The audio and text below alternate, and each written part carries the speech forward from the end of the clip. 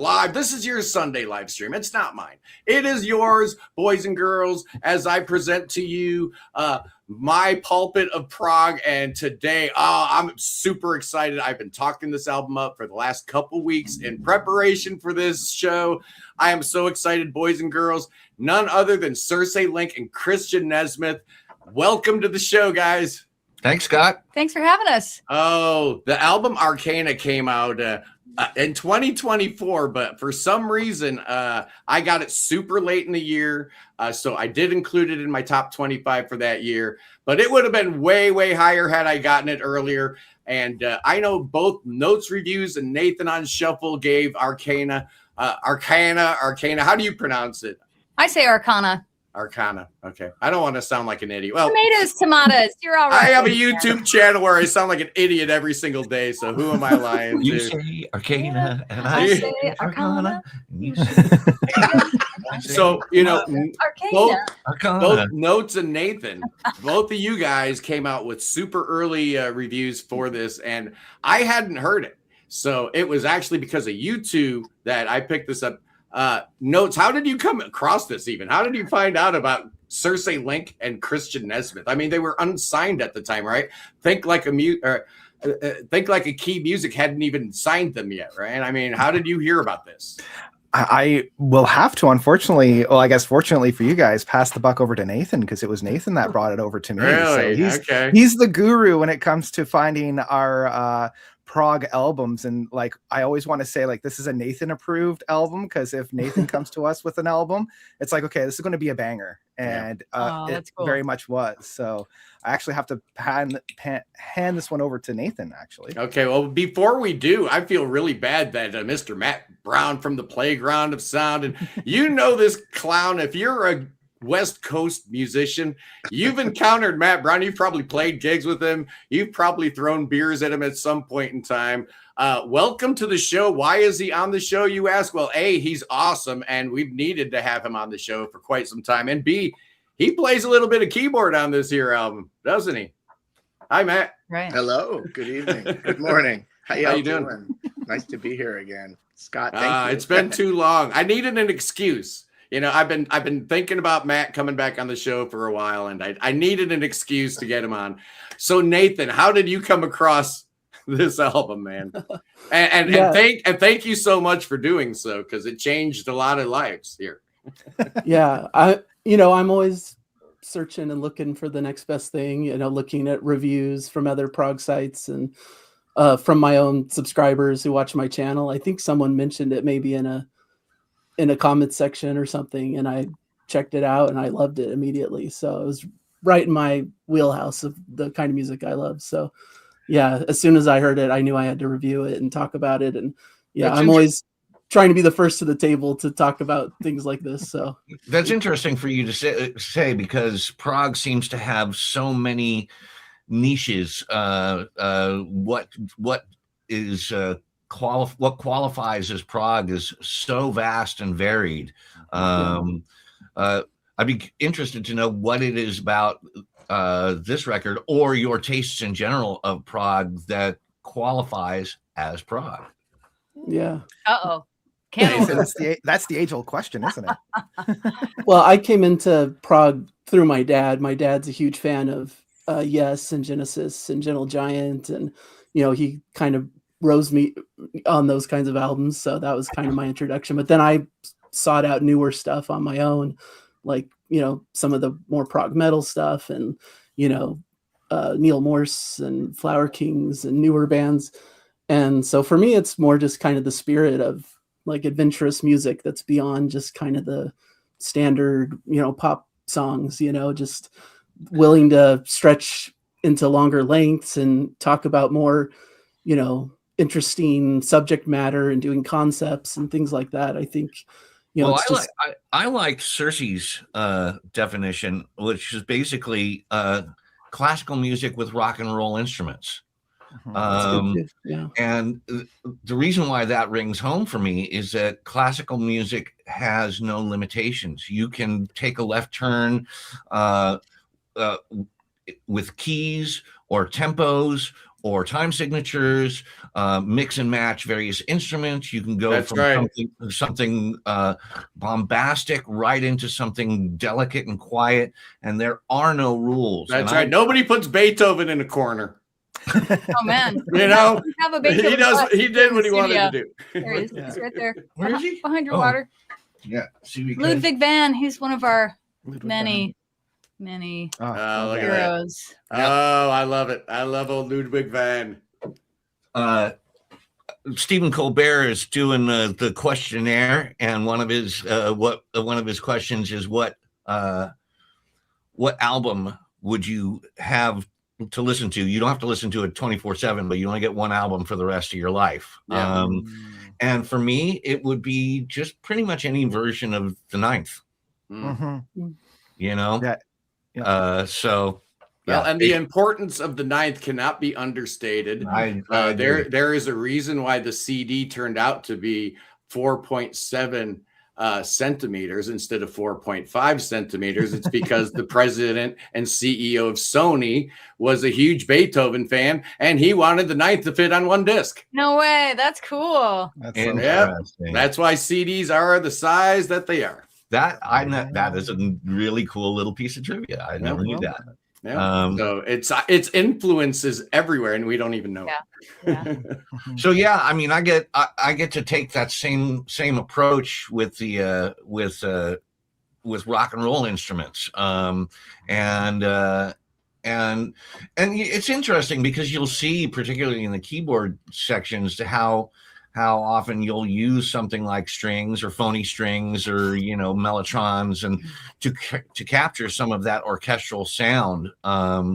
Also, it's a lot more ask ELP. It's a lot more expensive to haul around an orchestra. So I saw them. I saw them in 1977. The first leg of the tour, where they still had the 60-man orchestra, the 30-voice choir. How do you tour with that, right? I mean, how is that financially feasible in any way, shape, or form? And then they didn't open with Tarkus or Carnival 9. They opened with Piano Concerto No. 1. beautiful. There you go. Oh man, 15 minutes of that, people were falling asleep. It was great. I saw them at the Universal Amphitheater, and it was just the three of them, and they were just doing the good classics. But still, what stuck out to me was the Lucky Man synth at the end of Lucky Man, and when he hits that, the whole place was like, it was amazing. That was the loudest synthesizer I ever heard in my life. So, I got a question about Cosmologica. Okay, do it. Who played drums on that? but I figured some of it was yeah. I've been a frustrated drummer my whole life, and I started playing drums before I moved over to guitar as my main instrument, just because having Bonham and Peart as like these huge influences right from the get-go, how could you not love the groove, Yeah. And so I pretty much built the whole thing and try to make the drums sound as best I could, going into a proper studio, and that takes money. And well, at the time also, we didn't have the opportunity to do that. That was during the lockdown. Oh, that's and right. that's one of the reasons why we were able to do that record. Is can we cuss? Yeah, you can do whatever you want to do. Fucking locked inside, man.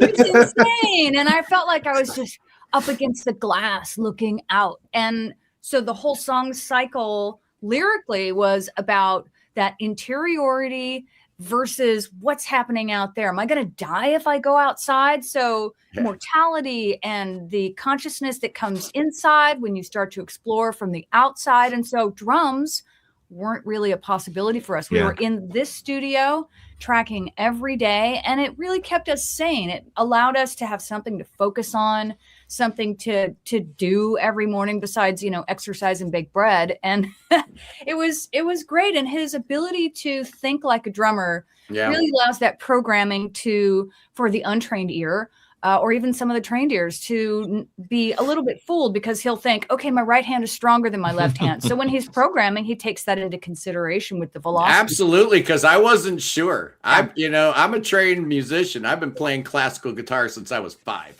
Yeah. And I wasn't 100% sure. I thought probably, but that really nicely done. Having me ask the question just proves the point that we have fantasies of going back and having Alice do the, you know, Christopher Alice lay drums on that or something. That would be great. Yeah.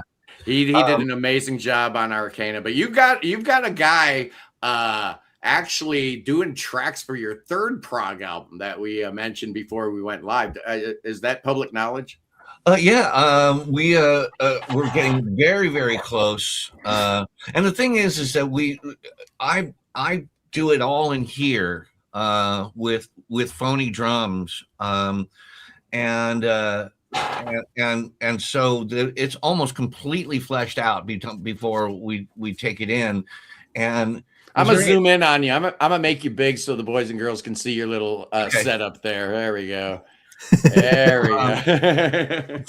So I'd always had a fantasy. It actually goes back to meeting him a long time ago. Are you guys King's X guys at all? Oh yeah. Yeah. Well, they're longtime friends of mine, and Ty did a record with Sherinian.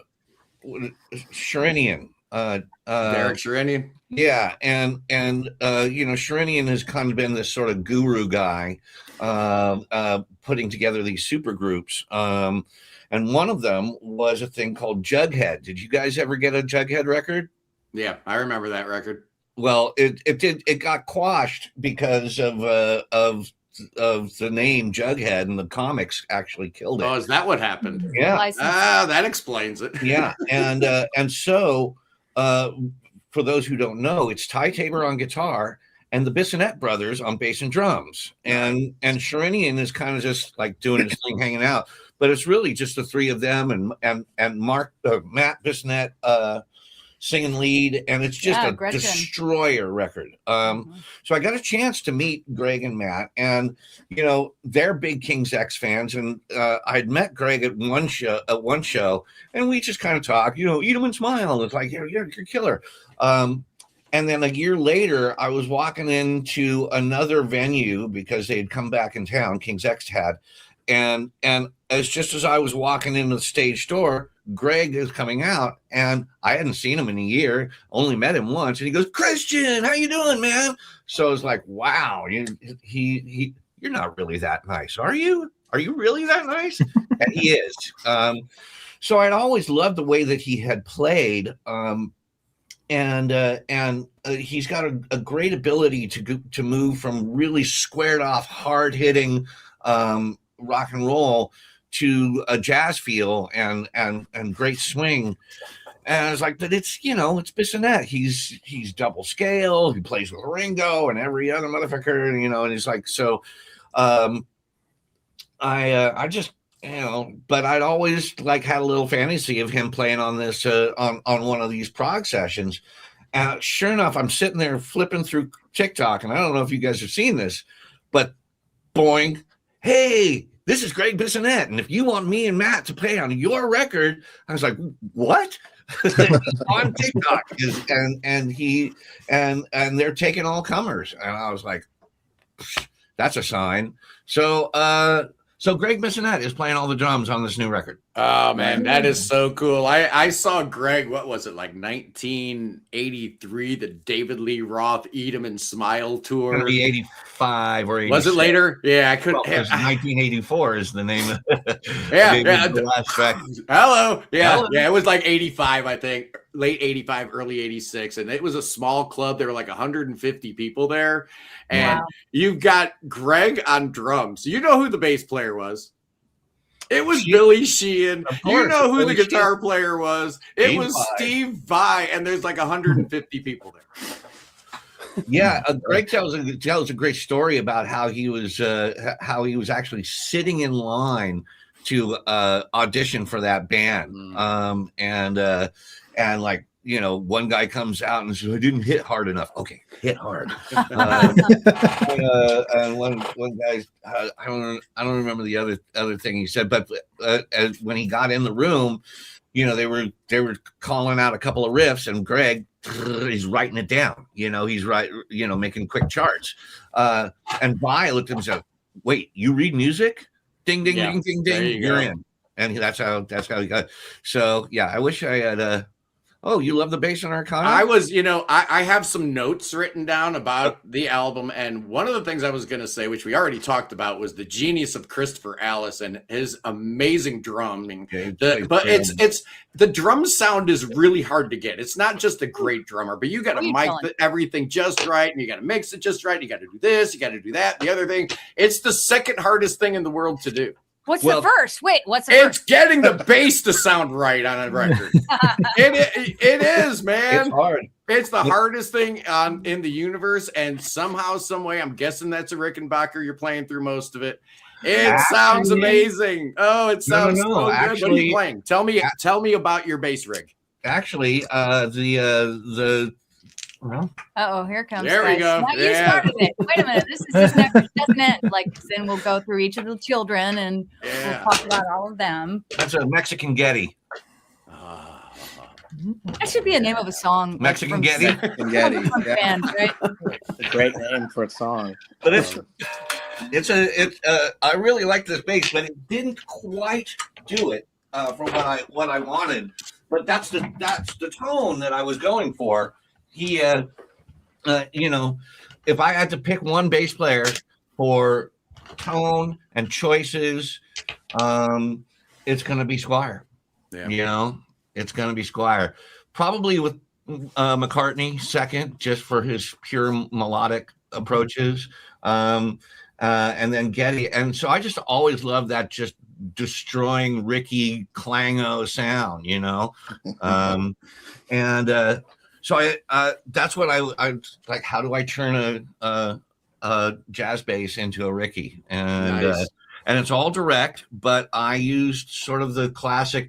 Speaking of King's X again, you know, if you guys know Doug Pinnick's sound, he's a bi-amped kind of guy, and so he takes everything and puts a crossover, and all the lows go clean and all the highs go. and it makes this incredible sound. And again, they've been pals for years. So I actually did 3 video. I shot and edited 3 videos for those guys. Yeah. But I have to interject about the recording process that we do. Basically, every record that we do is done 3 times, right? So we got our first demos, and they're pretty damn fleshed out because that's how we roll. The second one is it's all the fake drums. It's everything everywhere we want it, including the mix. Then we usually go into the studio and either replace the drums or do any additional stuff. And then we tear the mix down, and then he rebuilds it all over again. So every moment of every record is exquisitely considered. Yeah. So sometimes I'll think, oh yeah, he's dialed that bass, and then the next day he's replacing the bass, or he's trying to dial the sound even more. There's a little bit of a mad genius thing going on here, and that's why there's the incredible fidelity that you hear. So listen to it with cans on, or listen to it with a great system, or a shitty system is good too, but there's so much nuance in the way the mix occurs as well. There's not a turn it up and set it and forget it. There's an illustration for each instrument that comes and goes. It's like a conversation. So that's one of the reasons why I think the songs are so exciting. And 15-minute song, you got to have something cool happening. Well, my the biggest thing I struggle against is my propensity for mixing everything louder than everything else. Doesn't everybody do that though? Yeah, of course, especially when you play all the instruments, right? Yeah. It's going to be you're battling with yourself. It's like, Wait, I don't think that happens with the vocals. Well, we're 20 minutes into the stream, and Johnny D in the chat the first person to mention the amazing vocals on this record, right? We're talking about all this, that, and the other thing. Thank you, And John. Circe's being a really good partner, just sitting there. What about me? What about me? Your vocals are absolutely incredible. How do we see this? How do I see this chat? They're right there. Oh, I posted up there. I'm putting stuff up. Oh, it's not gonna. It's not. We're not gonna see the scroll. I don't think you see them unless you got a cell phone on the side. You're doing. Well, it's very nice of you to comment about the vocals. I had our project for so many years really was all about me and my vocals, and once we started doing prog, I didn't be front and center. It's about the music, and I got to say everything I wanted to say as a singer songwriter. The first 13 albums, so I'm good. However, one of my favorite compliments about us doing prog was our friend Darian. I can never remember how to say his last name. You guys know from Beach Boys? How do you say his last name? Wilson's band from the Sarahan. Anyway, he said we sounded like Yes meets ABBA. I'm into that, so that's a compliment I'll take. That's good. Yeah. And I'm a huge fan of ABBA's vocal arrangements. They're just masterful. And also any other band that when I was a kid, it was Beatles and Queen and Journey and all those just incredible walls of vocals that were used as horn parts and string parts and just beautiful oohs and ahs and the method of recording them. Like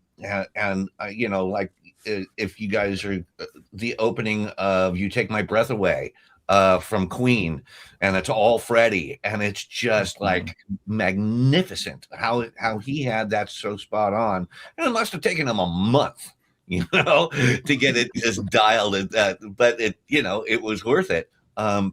And Circe is capable of doing those kinds of builds. And so I get to play with her voice and use it to arrange and stuff. Yeah, but it's an amazing instrument. I'm going through the record, and I think we top out on the record at least at a F5. Which is like the absolute top of a soprano range. Absolutely amazing. So Christian will be like, can you do this note?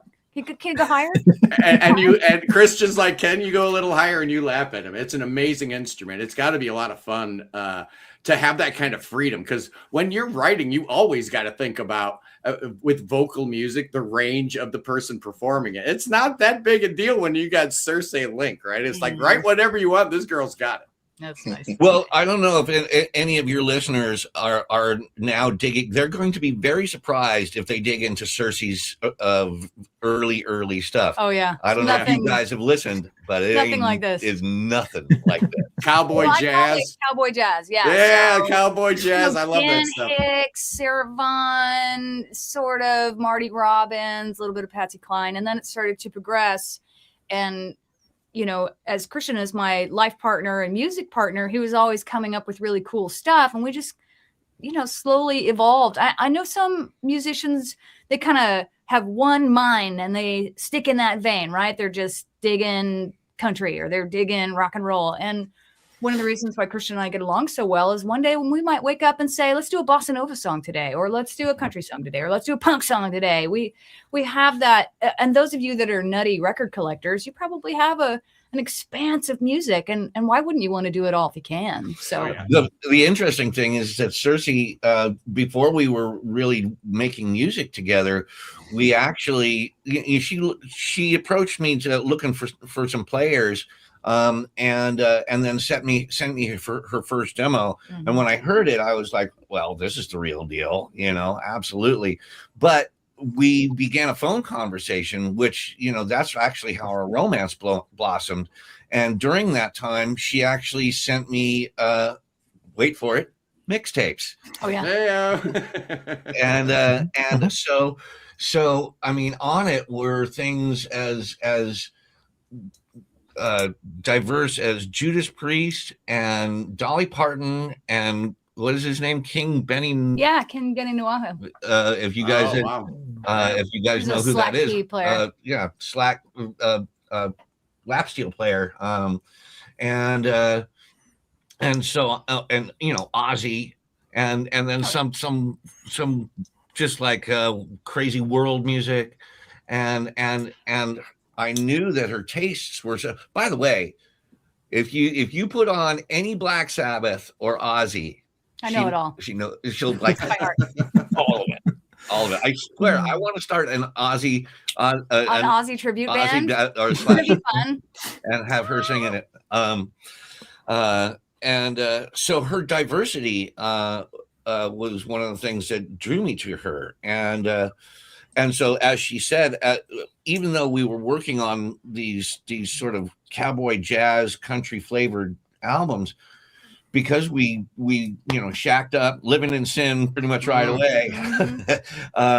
We've always had a studio of some sort, and so again, a bossa nova, or let's do a pop song, or just something that sounds good. And so we've got a folder of songs called Back Burner. Oh man, that's just rife. Deep. And I guess it was 2011 that we did one song called Cosmologica. Oh yeah. And it was it's called, my working title was Southern Wondrous. Gee, what were the South Side of the Sky and Wondrous Stories. Sort of my launching point for that song. And we'd had it in our back pocket for literally 10 years or whatever until lockdown, COVID hit. And we didn't have anything else to do, and let's just make a full tilt prog record. So I just decided God bless you. Well, I decided to pull from every single thing. I make no excuses for the nods to the influences that one are on reviewer said it was the best Yes record of the year. I love that. I mean, we don't have a problem with it. You gotta wear your influences on your sleeves, and eventually you'll develop your own sound. I mean, or songwriters out there, if your stuff sounds like somebody else, that's okay. Keep going. Eventually you'll sound like yourself. And I think ARCANA really is the progression of where we were or where we came to as songwriters. You can hear a little bit different. You can still hear the influences, but I think we got more comfortable with our writing and the new record as well. Just to answer your a chat person, I don't know it well enough, Gustav. I don't know what. What do you think of Gustav, the classical artist who influenced Zappa, Sabbath, Manfred Mann? That is Frank Zappa, Black Sabbath, Manfred Mann. How many short A's can you get going? Very well of Kevin Gilbert. Oh yeah, very well. I think we're all in the same camp here. Everybody on this stream probably feels a certain kind of way when the name Kevin Gilbert gets mentioned in public. Like our heart kind of skips a beat a little bit. Yeah, the tears get a little heavy in the eyeballs, and you just think, man, what could have been? Yeah. Oh, what could have been? He left us a lot. He did, but oh man. He did leave. As a matter of fact, I don't know are you guys hip to a guy named, and this is actually how I met Matt Brown here. Are you guys hip to a guy named Mark McCrite? Yeah, I was going to mention Mark. Yeah.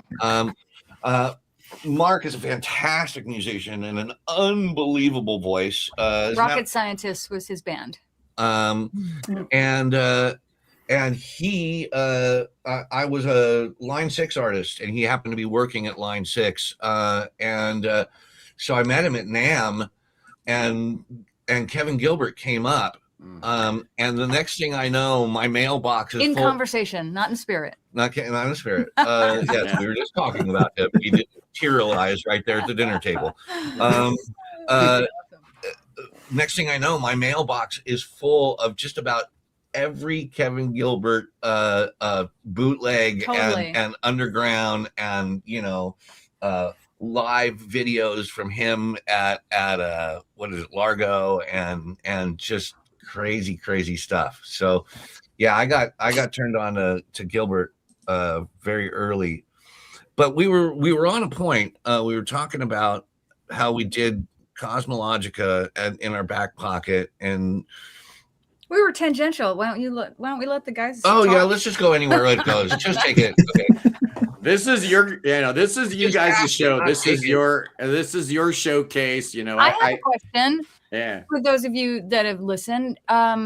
Particularly with I have my favorites on all of the records, but are there, Notes or Nathan or Matt or Scott, are there specific moments that you really come back to in any of the Prog songs? Like I have repeating, sometimes I wake up every morning with music in my head. Sometimes it's original, sometimes it's not.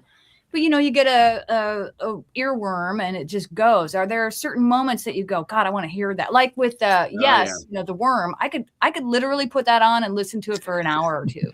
So Nathan, you got any of those moments from Arcana? Yeah. I got one, man, and I just got one that I over and over and over, and I'm wondering if you guys have one too.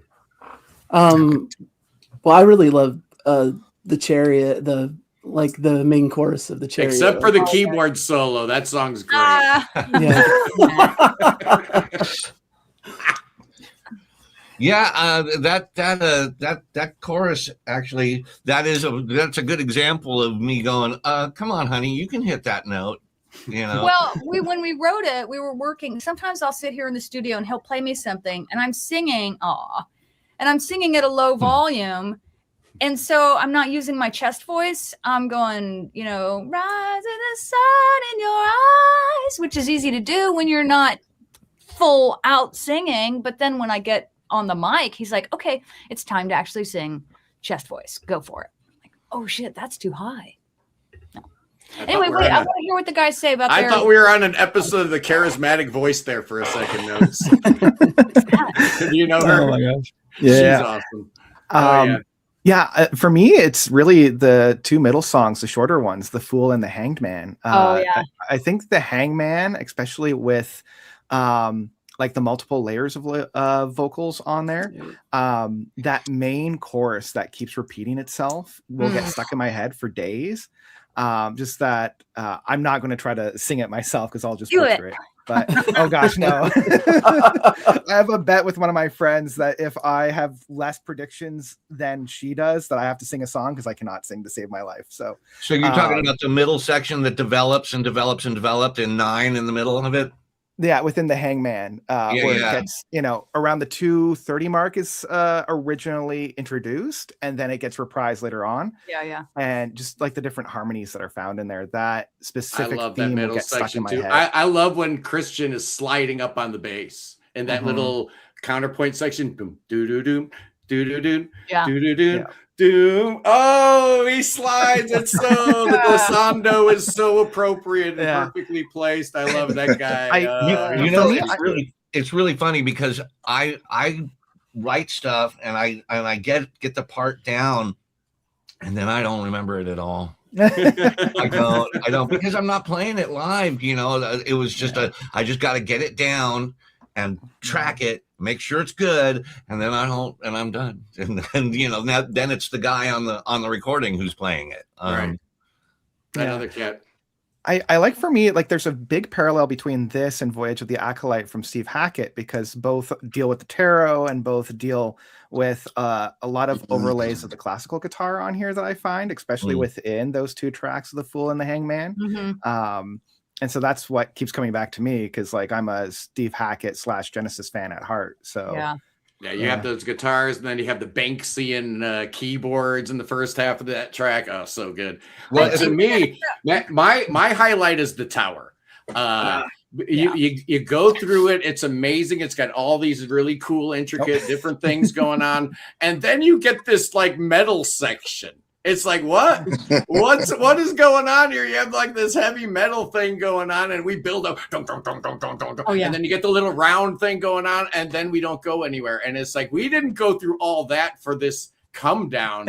And then slowly but surely we get to that epic, majestic ending. I'm like, the payoff. Okay, I totally get it, man. The pacing of that song, the way it's constructed compositionally, it intrigues me every time I listen to it. It's amazing. Oh, nice. My moment is the last 3 minutes of the tower.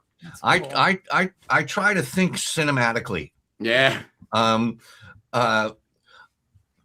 Eddie Van Halen said in an interview, one of his early interviews in Guitar Player magazine, he says, what I want to do basically is I want to reach out and I want to just lift my listeners' chin up just ever so slightly and go bang.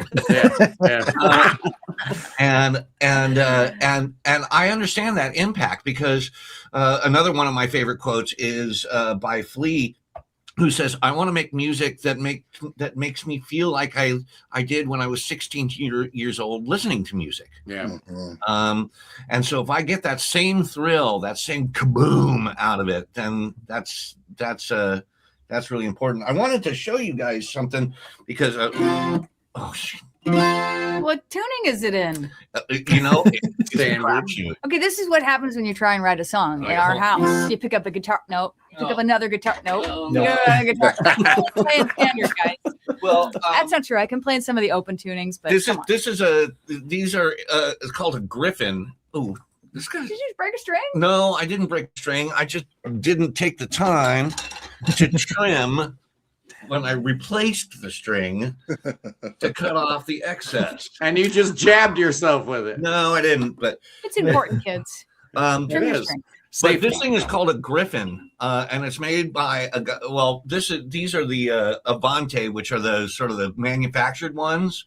Yeah, the And Korean ones. it's a high tune. And of course, this guy's out of tune.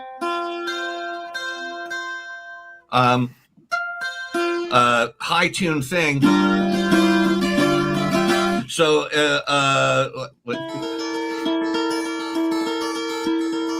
right, that's that opening of Cosmologica, and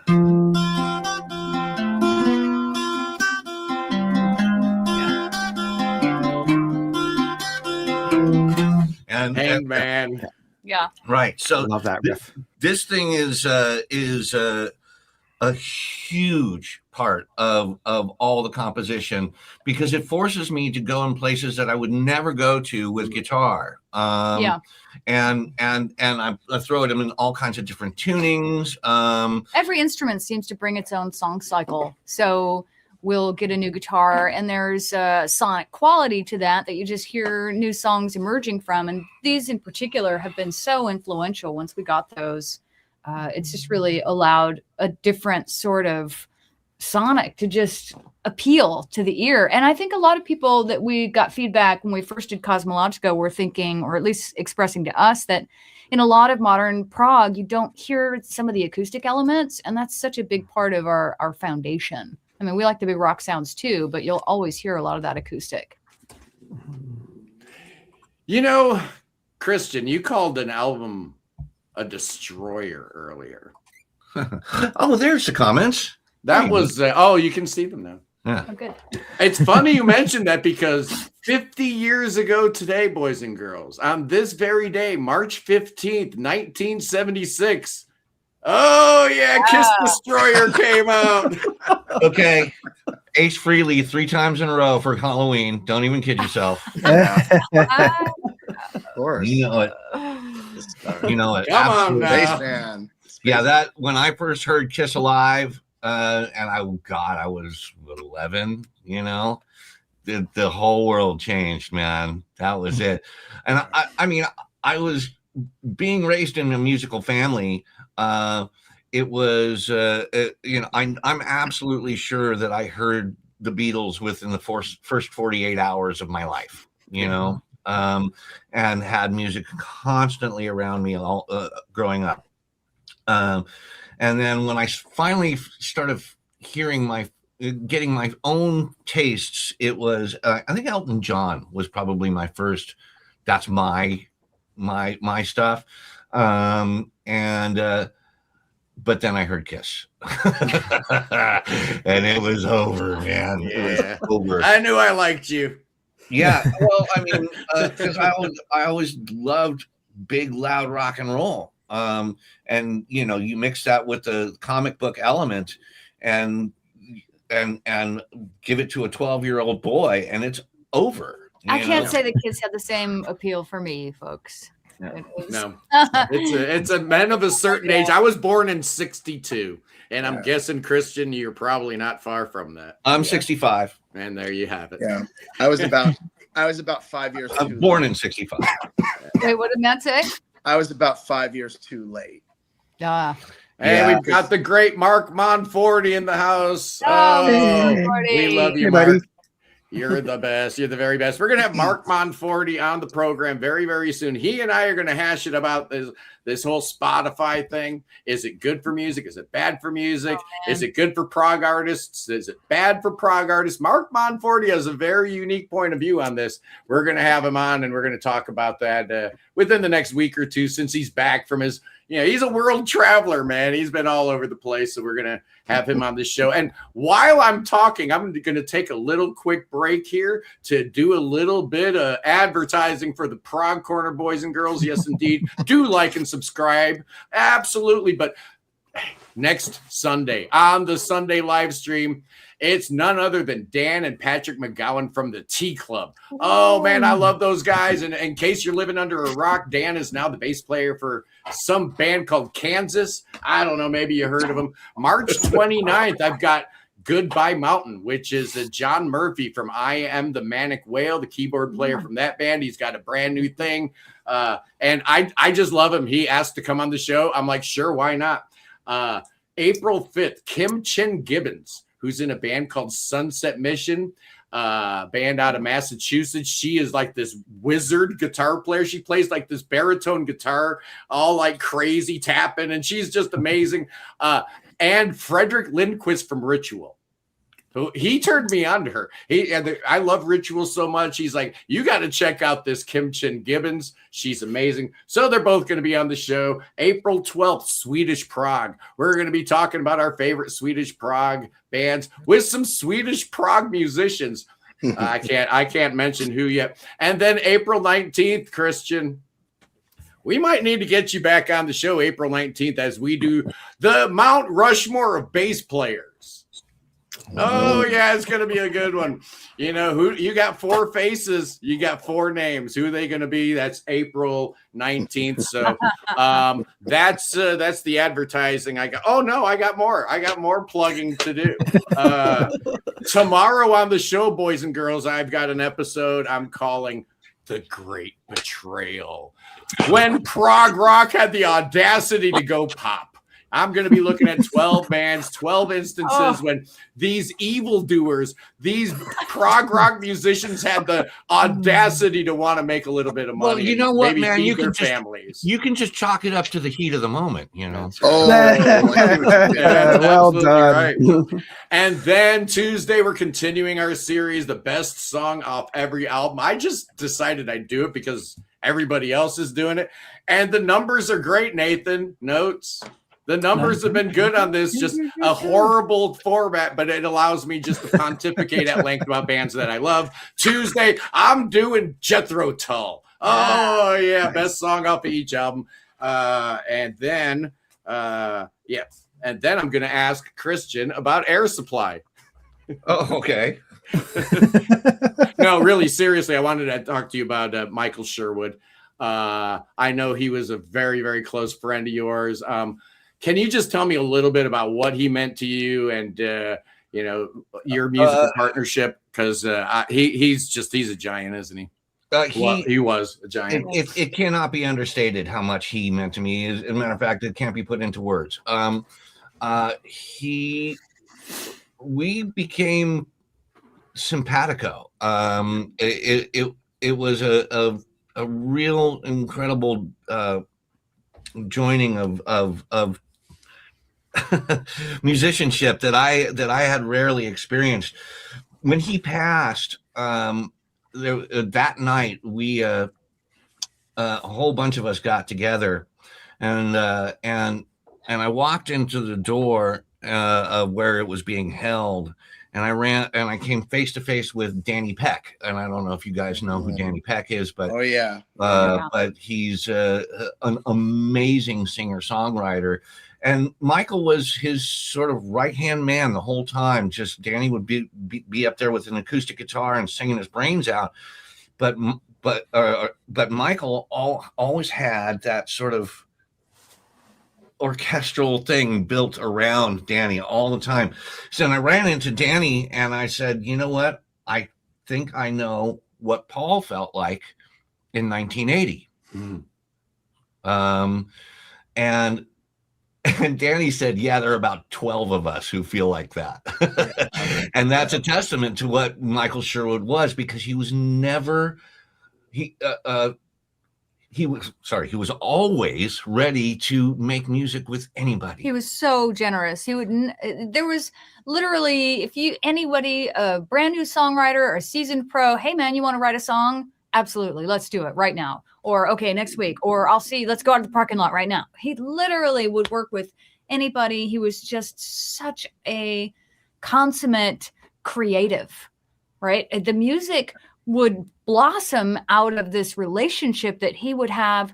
He was just a musical slut, and it was awesome. There you go. I love that. It was Michael who turned me on to Kevin Gilbert. Yeah. And Michael and Christian wrote a record that you can find on Bandcamp called Groovy Lemon Pie, and it is pop glory. I mean, it is so juicy and wonderful and excellent. You can really hear the compositional skills and the arrangement skills, and Michael's singing and Christian's arranging the vocals. You can't get nothing past our chat. Yeah, well, there's nothing. These people know everything. Yeah. It's amazing. I wish it had been mixed a bit better. It's not the greatest sounding collection of songs, but it's some pretty fun. Sally's Ass is an incredibly great song. Michael was also super funny. He was never past a moment to crack a joke, even in the middle of a really poignant song on stage in front of 500 people. He would crack a joke. I mean, that's just who he was. Another great loss. We're talking Kevin Gilbert. We're talking Michael Sherwood. This is turning into a graveyard, bro. I'm not enjoying. I love all this stuff, but I wanted to talk to Christian about my favorite musical of all time and what his involvement was with the Los Angeles presentation of Hair. I heard you had something to do with that, and I wanted to hear your thoughts about how that went down, the musical itself, because I've been obsessed with that. I was born in '62, so obviously Hair means something to me. First of all, I've done 4 productions of Hair with over 400 performances of that musical. As the MD. I was the MD, and one of those I was the MD of the very first production of Hair in Russia. Wow! Which was 3 months in Moscow, and people ask me, how was that? And I say, pick an adjective, because I haven't been stumped yet. I think it's a very, very important show. I think. There's a lot of stuff that is in it that should be said more in order to do what it was intended to do, which is tear down racism and political tropes. There was a production that went up that was going to go up in UCLA. But because of the language of it and use of N-word and use of a couple of different things, the students, before they even understood the meaning behind the show, killed their own show. Yeah. Wow.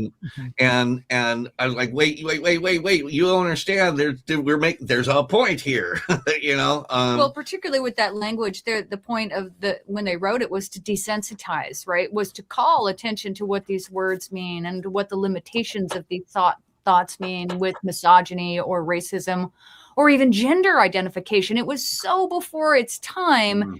And if you don't understand something within the context, a really good example in the visual world is Jackson Pollock. A lot of people look at his art and go, that's a bunch of paint on a can. I could do that. Well, sure. Yeah, you probably could splash some paint, but it's the context with which this art is created. And that's why it's so important to have different voices, but also appreciate the context within that people are actually trying to say something different and examining the past and examining how these ideas need to evolve. And Hair was really about that. And it was so ahead of its time. It was so ahead of its time. And, she's talking a foreign language to me, Christian. I'm talking about musically what Galt McDermott did. Oh, yeah. And I'm just mind-blowing compositions here. The nod to South African rhythms, the Bantu Kwele rhythms in certain tracks, predating like Graceland and the Peter Gabriels of the world by a couple of decades. Just mind-blowingly ahead of its time. How did you approach it as an MD? Well, I will tell you that I did take liberties, but I felt that Galt. We didn't get to meet Jerry Ragney because he had died, but I met Galt and worked more extensively with Michael Butler. No, the other Ragney, Rado, James Rado. Rado. And I felt that Galt McDermott actually made improvements in the movie. That I really dug. He got a lot funkier. He slowed a lot of things down, made a lot of things heavier. And I thought that, so I pulled a lot from the movie. I thought that the original Broadway recording was a little it didn't have that heaviness. And the show is heavy. I mean, when you get to the core of it and what it's trying to say, it's heavy. Hey, Garden Jester. Yes, we were fully naked. It was fun. By the way, she was in the last production that I did, and 2007. In 2007. So, and given the opportunity, I would MD that show again in a heartbeat. Yeah. So you met Galt. That's all I heard out of it. You met Galt. That's so awesome. I don't know what most people watching probably have no idea how important he is. And you think about somebody that like had all their genius at one time. I know he went on and did other stuff, but come on, he will always be remembered for one thing and one thing only, and that's okay when it's Hair.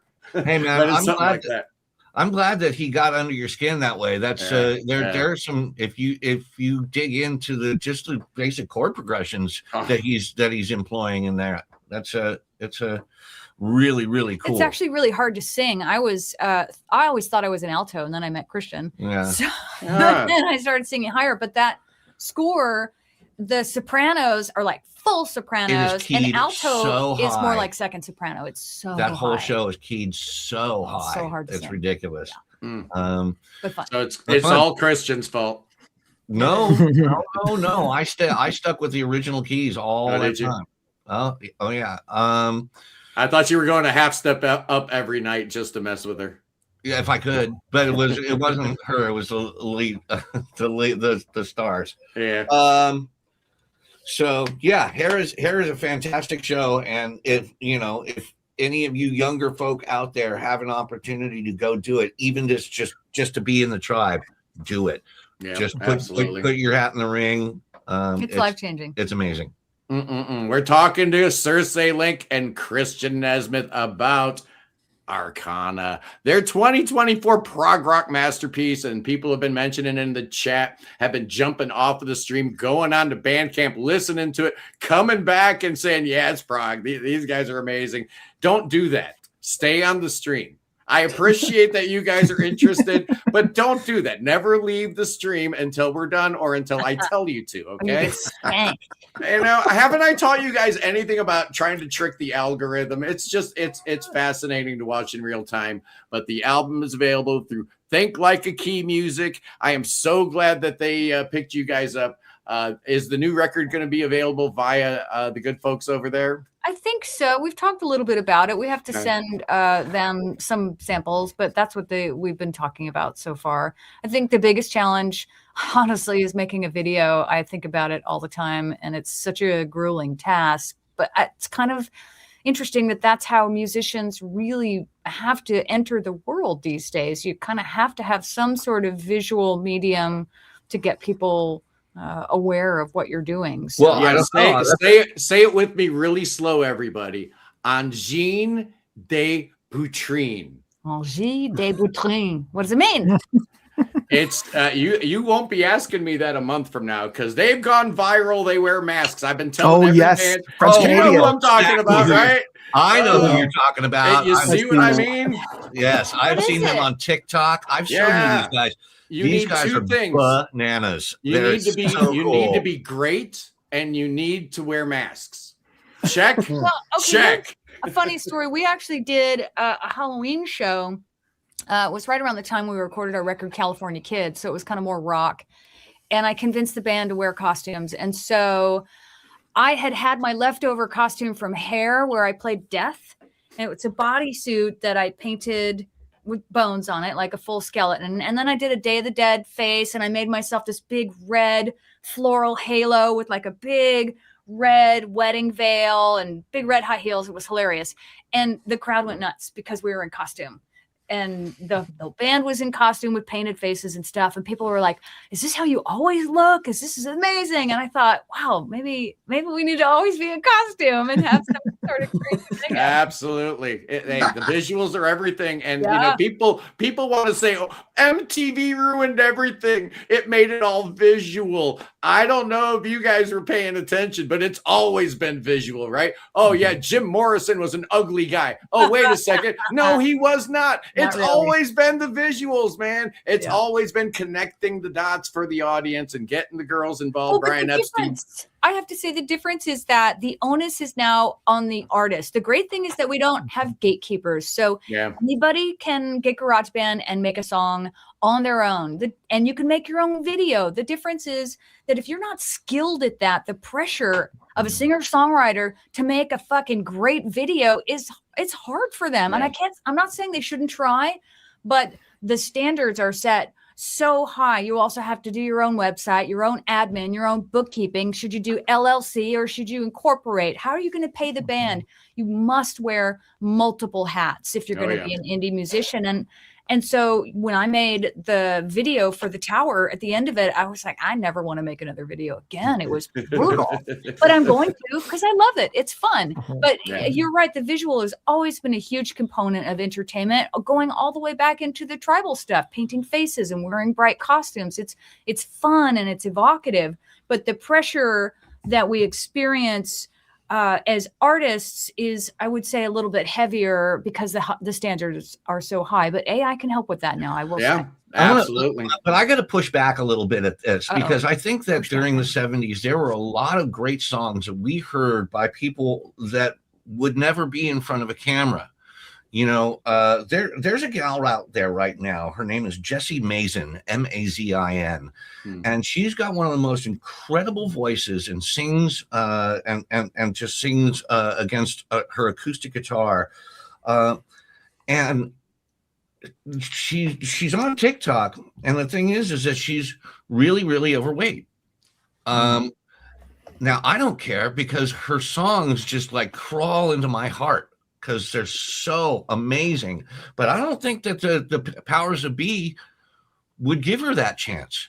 And I don't think that the visual based fan base out there would give her as much of a chance if that's what we were all hanging our hat on. So I push back a little bit on the you gotta have a video and you gotta have a look.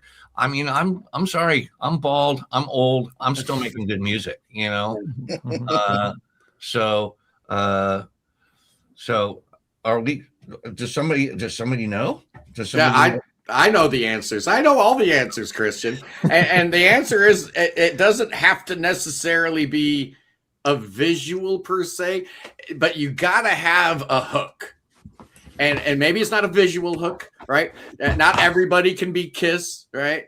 Obviously, but you got to have some kind of a hook because there are over 100 million songs uploaded to SoundCloud every single day. Is that right? Every day, man. You got to have something to cut through the fog a little bit, right? You got to have at least a fog light. But here we are sitting with you. Yeah. And the thing is what cut through. It wasn't the amazing video. It's the fact that we persevered to try and make the best damn music we possibly could. Yeah. You guys aren't sitting there watching the video. You're kicking back with headphones, listening to the songs. I don't know, No. man. I'm going to argue with Christian all day long. This is so much fun. I disagree again because the artwork on this is amazing. So the visual is always part of it. A worse album cover, I would never listen to it. This album cover, it drew me in, man. It drew me in. Also, So- that video, I really wanted to emphasize the lyrics. So it is a lyric video. You can read all the lyrics as they go by, and I think that that's another thing about modern music that I personally, I don't listen to a lot of modern music because I don't care for the lyrics. And I think progressive rock allows people to experiment thematically, linguistically. You can use polysyllabic words in prog because the timing is crazy, right? Yeah. You can say really fun things and expand themes that I think in normal song structures are harder to do. I'm not saying you can't do them because we've certainly done some weird songs that have some strange topics, but it's fun to be able to soar lyrically. And sometimes progressive rock listeners, I think, are that much more keen to just put on their cans and close their eyes and listen and think about the words and experience the textures in their body of the voice and the guitar and the bass. There is something that is an internal visual that good music evokes from us. So there's that. There we go. Now we found leave it to Circe. See why I like it? Yeah, she staved off World War III between me and Christian, and it was fixing to get ugly, man. Oh man, we got bombs everywhere. It happens all the time.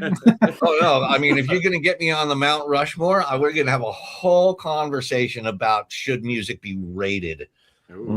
Oh, you're gonna mess with my whole YouTube channel if you. Honey. You got to rate everything. Everything's got to have a score or a ranking. Yeah, but what 10 best, determines- 10 worst. What determines what's better than something else? Yeah.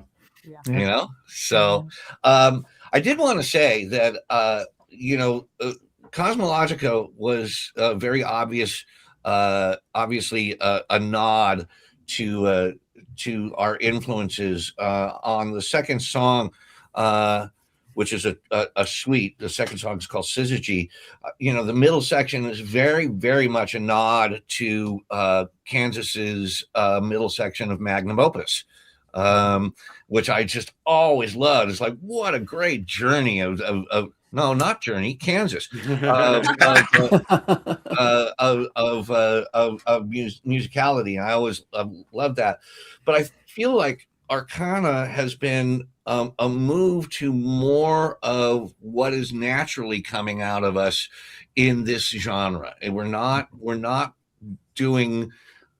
aping as much. I'm still using B3s and mini Moogs and all the stuff that is great. And by the way, the whole reason everybody that Matt Brown is sitting here in this room is that it came to the last song, and I needed some blown Moog and some B3 on there, and he was able to provide what my fingers could not do, or even my manipulation of MIDI. I just could not do it. Yeah, he did it right over here. That was such a fun session for me. And Mark McCrite is the link really between Christian and Circe and myself. And I remember him telling me, hey, can I get you guys in touch with each other? And I said, yes, of course, that would be great. And I remember doing the session with you, and it was a blast, and it was cool. Like, oh, cool, I'm being produced. This is awesome. Oh, I love being produced. I can't tell you how many things I've gone into, and someone's like, just make it up. I'm like, well, I'm not writing your song. It's your record, man. I'm want. just playing here to play what you need. You know, so.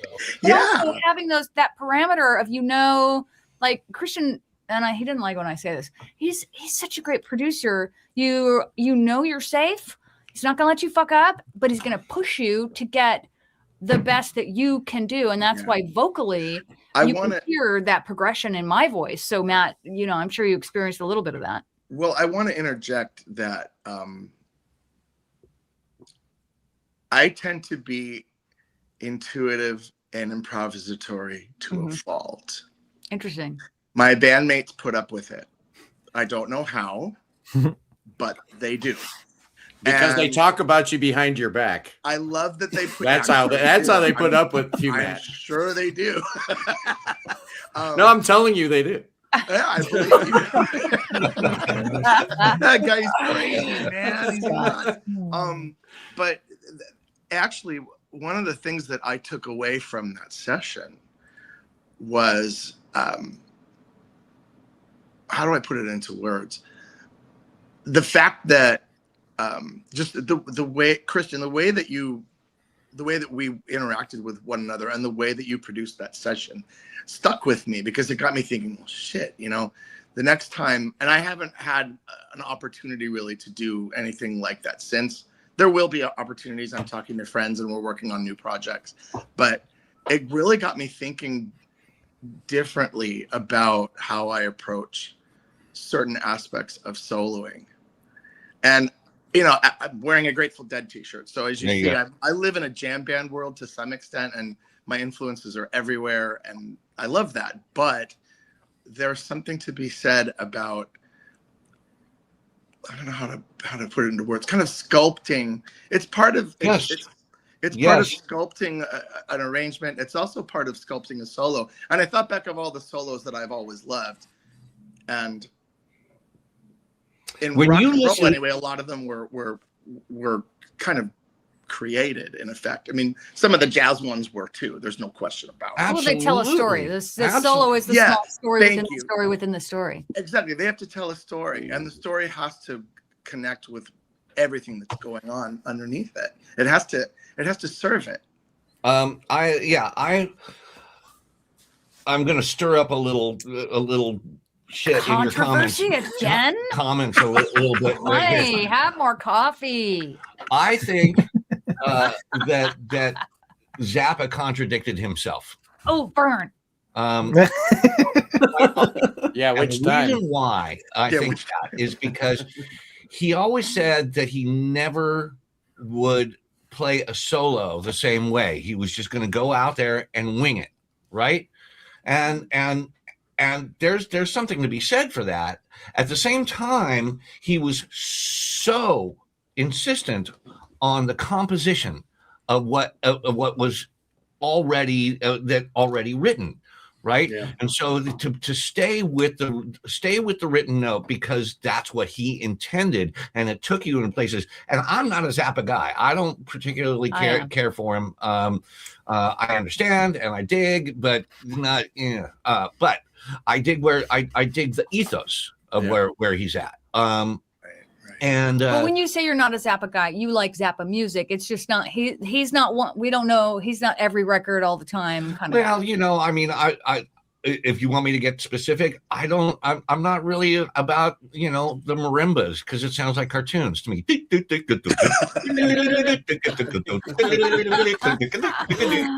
like cartoons.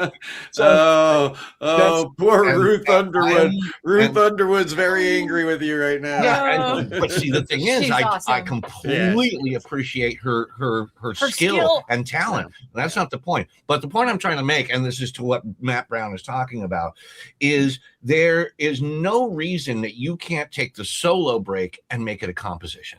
There is no reason to do that. I think one of my favorite guitar players on the planet, now we can talk about Journey, is Neil Schon. And because those first two records with Steve Perry, where Infinity and Evolution, there is not a note out of place on any one of those solos. You could sing the solos. That's how memorable they are. Yeah. And it hey, Christian, we got controversy in the Neil Schon world. Why? Neil Schon? You mean yes. No, controversy in the Neil Schon world. What's happened? There's been evidence of Neil not really playing his solos live. Oh, they're slowing down. They're showing what he's tapping, and they're like, "Oh, his finger didn't hit the fretboard there, so he must." You know what? Oh, it's sad. It's getting bad out there, man. Yeah, you look at any band that's out there touring whose members are over 60, and if you think that they're not running tracks behind them, you're out of your mind. Okay, they all are. I can tell you right now that is happening. So just get over it. Well, but Neil Schon absolutely did play the solos on the original records and compose them. Yeah. So you know. Yeah, take that, Wings of Pegasus. you were talking about composition, not necessarily execution. And that is one of the facets that we were thinking about touring with this new music, right? Playing Cosmologica, playing Arcana. How the hell would we do that? Yeah. We'll give you a call, Matt. Yeah, Yeah, please. Exactly. I'd love there's no to. way we could afford to have all the vocalists on stage. We would have to run some backing tracks in order for the music to come across at all. You can't.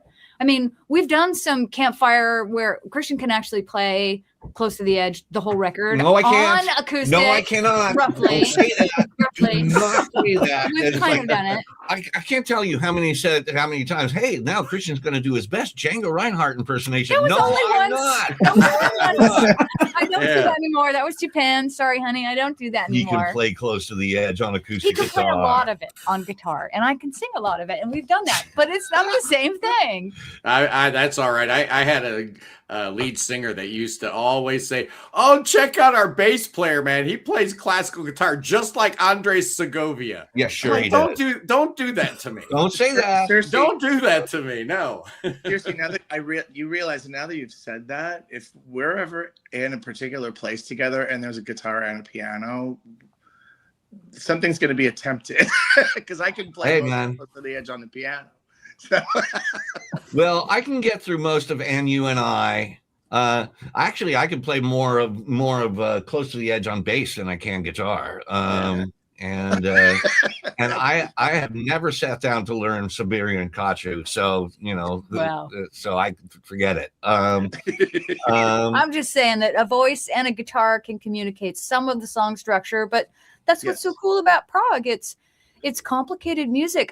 My mom is in her 90s and she's just loved my musical career, and now she doesn't really listen to the new music. It's just too difficult for her. And I appreciate and admire progressive rock listeners because they have the tenacity and the interest to really settle in and listen to a 15-minute fucking song and go, we where's do. this going? What does this mean? Is it a journey? Whatever. Where are they're they going thinking. next, man? What's the next chord Christian's going to concoct? What's the next lyric Circe he's going to sing? Their Exactly. ability to just be in that moment and perceive and let the music wash over them. And it does take a certain sophisticated ear, I would say. It does take a seasoned palate in order to appreciate the complexity of a lot of this music. Or a lot of mushrooms. Yeah, one or the other. or Yeah. both. I think we prog rock fans give ourselves way too much credit for being so smart and so intellectual and all this, that, and the other thing. But the reality is most of us are just frustrated musicians anyway. So, it is kind of musicians' music. It's like a lot of the people that listen to prog, when I talk about a German augmented sixth chord, they actually know what I'm talking about. It's just weird. It's the You say only a German augmented sixth chord. there's German, French, and Italian augmented sixth chords. They function primarily as secondary dominants. The Italian one is a triad. The German and the Italian one's in first inversion, one's second inversion. We can get into all the theory all day long. I love theory, but we used to like quiz each other on stuff like that. And my chat, there's nothing we can talk about. Like every time I make a mistake, I'm okay. I can be as big an idiot as I want to be because I know somebody in the chat's got the safety net. That's open. It's ready for me because I'm going to fall and make an idiot out of myself at any minute. Oh, this was an amazing stream. Circe Link, Christian Nesmith, my absolute special guests. And along for the ride, we had Matt Brown too. Why not? Well, I wish I'd heard more from Notes and Nathan because I'm I know glad I you guys spoil went in. everything. No, you guys were on a roll, man. I love listening to your stories. And we've got our own YouTube channel, so you can always check us out on either Nathan on Shuffle for this guy here or Notes. reviews on this one Tell here. the boys and girls about your YouTube channel. Oh boy, I've been at it for about 11 years now, carrying the banner of Prog. I only did it because nobody else did. And yeah, just reviewing new and classic Prog releases, just to spread the good word of Prog out there. The Godfather. Notes is the Godfather. Wow. Their Oh, come on channel now. is Come on now. when COVID hit A lot of us had a lot of time on our hands, and we were watching Pete Pardo. We were watching, Sea of Tranquility, of course, but we were also watching Notes Reviews, their channel. We were watching Nathan on Shuffle, man. His channel's so amazing. Nathan, what do you got cooking on your channel? Tell the boys and girls about you and what you got cooking this week. Yeah, so my channel, just a lot of great prog reviews coming up. I'm hopefully excited about the new Deer Hunter album. I'll be reviewing that at some point. I did a recent show about my personal big six prog bands of the 70s, and I'm hoping to do one featuring more of the modern prog bands. So that should be coming shortly as well. And just my typical, I do weekly news updates about what's happening in the world of prog, and just try to keep everyone informed about all the awesome music that's coming out, because I think prog's still alive, and some of the best prog I've heard is still coming out now. So it's really exciting to me. Absolutely. And Christian and Circe, your album, ARCANA, actually proves that point. I put this sucker up with anything that came out in the 70s. And in a lot of ways, it's better than some of those albums that came out in the 70s because the production is modern, right? You don't have to worry about weird, sound and stuff. This is a modern record, yet it has all the heart and soul of a 70s progressive rock album.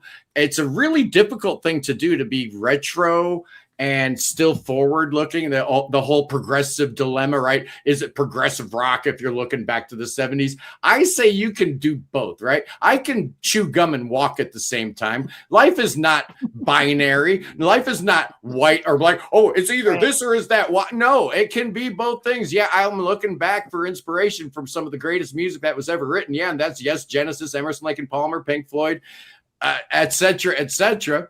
And I can also be forward thinking. I can also make a record that sounds like it came out in 2024. You absolutely nailed it. It's not an easy thing to do, but when it's done right, when I look at bands like Wobbler or like what Neil Morse does, right? None of Neil Morse, it's just ape in the 70s. Those records don't sound like they were recorded in the 70s. What are you smoking? Right? Nobody played drums like Mike Portnoy like that in 1972. It's a ridiculous argument. You can do both. You can be both. It's just about having something to say, doing it the right way. And Circe Link, Christian Nesmith, absolutely amazing. I definitely wanted to get you guys on the show, and you did not disappoint. Absolutely amazing. Thank you for having us. Absolutely. We really appreciate it. And we're not far from getting the new record ready for release. So I can't wait. Keep me posted. Keep me in the link. Hey, Matt, what do you got going on? You got any gigs for the people that might be watching out there on the West Coast that might want to see the great Matt Brown live and in person, maybe even touch him a little bit, get up on stage and touch the great Matt Brown? Well, I have to exit the bubble first, but yeah, actually, I mean, because I quit my regular day job about 4 years ago to do this full time.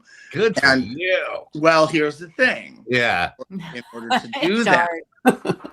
to do that, I have to play in a lot of projects, and the ones that pay the most are the tribute projects, and they're super fun. And regardless of anyone's opinions about tribute bands, and I have mixed feelings about them myself. Yeah, if you ever do an episode on tribute bands, just have me back on. We can talk a lot. Okay, cool.